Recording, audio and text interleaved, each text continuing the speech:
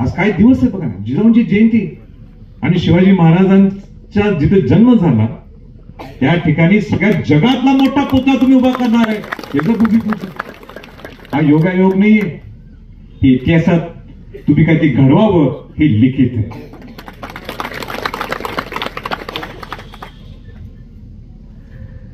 जिजाऊंनी शिवाजी महाराजांना घडवलं. म्हणजे आता तर आपण महिला सबलीकरणाच्या बद्दल बोलतो, महिलांच्या सबलीकरणाच्या बद्दल नेहमी चर्चा होते, महिलांच्या आरक्षणाच्या बद्दल नेहमी चर्चा होते. पण पहिल्यांदा आपल्या इतिहासात जर महिलांच्या सबलीकरणासाठी किंबहुना स्त्रीनी सुद्धा कसं राहायला पाहिजे, स्त्रीनी एक स्फूर्ती कशी द्यायला पाहिजे, आपल्या मुलांना कसं घडवायला पाहिजे, कसे संस्कार द्यायला पाहिजे, ते जिजाऊ मासाहेबांच्या माध्यमातून आपल्याला दिसून येतात. आणि आज त्यांची जयंती. शिवाजी महाराजांचं आपण अष्टपैलू नेतृत्व आपल्याला माहित आहे. आपण नेहमी म्हणतो शिवाजी महाराजांच्या इतिहासात हे हिंदवी स्वराज्य का स्थापन केलं, हे स्वराज्य आपल्यासाठी का स्थापन केलं त्यांनी. आज 350 वर्षानंतर सुद्धा शिवाजी महाराजांचं आपण नाव का घेतो, शिवाजी महाराजांना नतमस्तक का होतो. अनेक विचार मंचावर आपण जातो, पण पायातले चप्पल काढत नाही. शिवाजी महाराजांचा पुतळा पाहिल्यानंतर सगळे इतर पाहुणे मंडळी सगळे चप्पल काढून इथं वर चढले. हे का वेगळं पण आहे. काका शिवाजी महाराजांनी जे हिंदवी स्वराज्य निर्माण केलं, ज्याचा 350 वर्ष नुसतं भारतातल्या लोकांनी, जगातले लोक त्याची दखल घेतात. काका ते अष्टपैलू नेतृत्व आपल्याला सगळ्यांना समजणं गरजेचं आहे. आपण सुद्धा शिवाजी महाराजांसारखं कसं होऊ शकतो.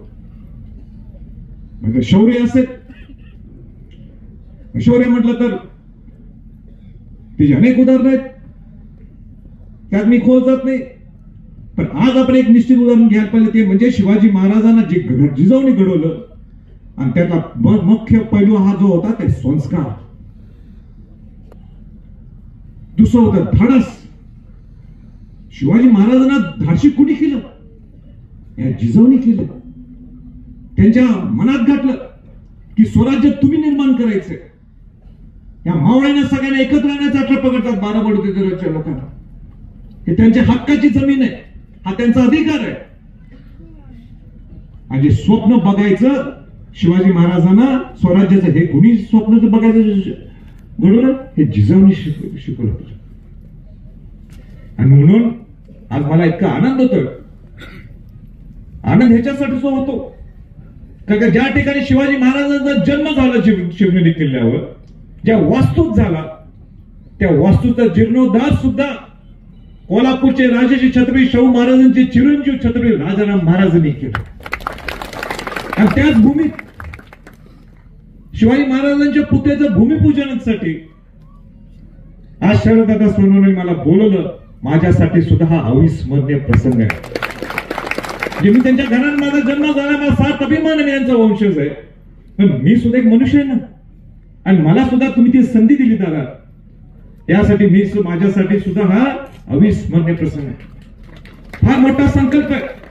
मला आवडलं शिवाजीराव तिथं आले, आमदार इथं आले, त्यांनी सांगितलं भाषण आज कुणीच केलेले. काय म्हटले, आमच्या परीने जी काय मदत लागणार आहे, शरददादांनी मदत मागितली नाहीये, त्यांनी स्वतःहून सांगितलं की आम्हाला सुद्धा जेवढं आम्हाला मदत करता येईल तेवढं आम्हाला करू. आणि म्हणून मी सगळ्या बांधवांना सांगू इच्छितो, पत्रकार बांधवांना सांगू इच्छितो की राजकारणाच्या विरहित, राजकारणाच्या पलीकडे हा संकल्प आहे. आणि म्हणून माझं सगळं आव्हान आहे पूर्ण महाराष्ट्रातल्या देशातल्या लोकांना की आपण सगळ्यांनी ह्याच्यात मदत करणं गरजेचं आहे, जेणेकरून देशातले नाही तर जगातले लोक शिवनेरी किल्ल्यावर येतील, रायगडच्या पाठोपाठ शिवनेरीच्या किल्ल्यावर इथे येतील, शिवाजी महाराजांना नतमस्तक होतील, जिजाऊंना वंदन करतील आणि इथं शिवाजी महाराजांच्या पुतळ्याला सुद्धा वंदन करण्यासाठी, जगातल्या सगळ्यात मोठ्या वंदन करण्यासाठी येतील. माझी एवढीच विनंती राहणार आहे, एवढीच विनंती त्यांना राहणार आहे. ज्यावेळेस शिवाजी महाराजांना इथं नतमस्तक झाले, वंदन केलं, पण बाहेर पडत असताना शिवचरित्र, शिवाजी महाराजांनी स्वराज्य आपल्यासाठी का निर्माण केलं, का 18 पगडजात 12 बलुतेदारांना घेऊन एकत्र नेऊन स्वराज्य निर्माण केलं, हे सुद्धा आत्मचिंतन करून, आत्मसात करून बाहेर पडायला पाहिजे. म्हणजे इकडं वंदन करायचं, शिवचरित्र समजून घ्यायचं. हे स्वराज्य आपल्यासाठी का निर्माण केलेलं आहे? हे स्वराज्य नुसतं शिवाजी महाराजांनी स्वतःसाठी केलं नाही. इंग्रज स्वराज्य, हे स्वराज्य हे 350 वर्षानंतर सुद्धा आपण साजरं करतो. हे जेणेकरून सुराज्य वावत आहे. ह्याच्या पुढे अनेक हजारो अनेक लाखो वर्ष सुद्धा हे शिवचरित्र चालायला पाहिजे, असं सुद्धा त्याचा तुमच्या पूर्ण या तुमच्या प्रोजेक्टमध्ये तो विचार निश्चित यावा अशी माझी तुम्हाला विनंती आहे.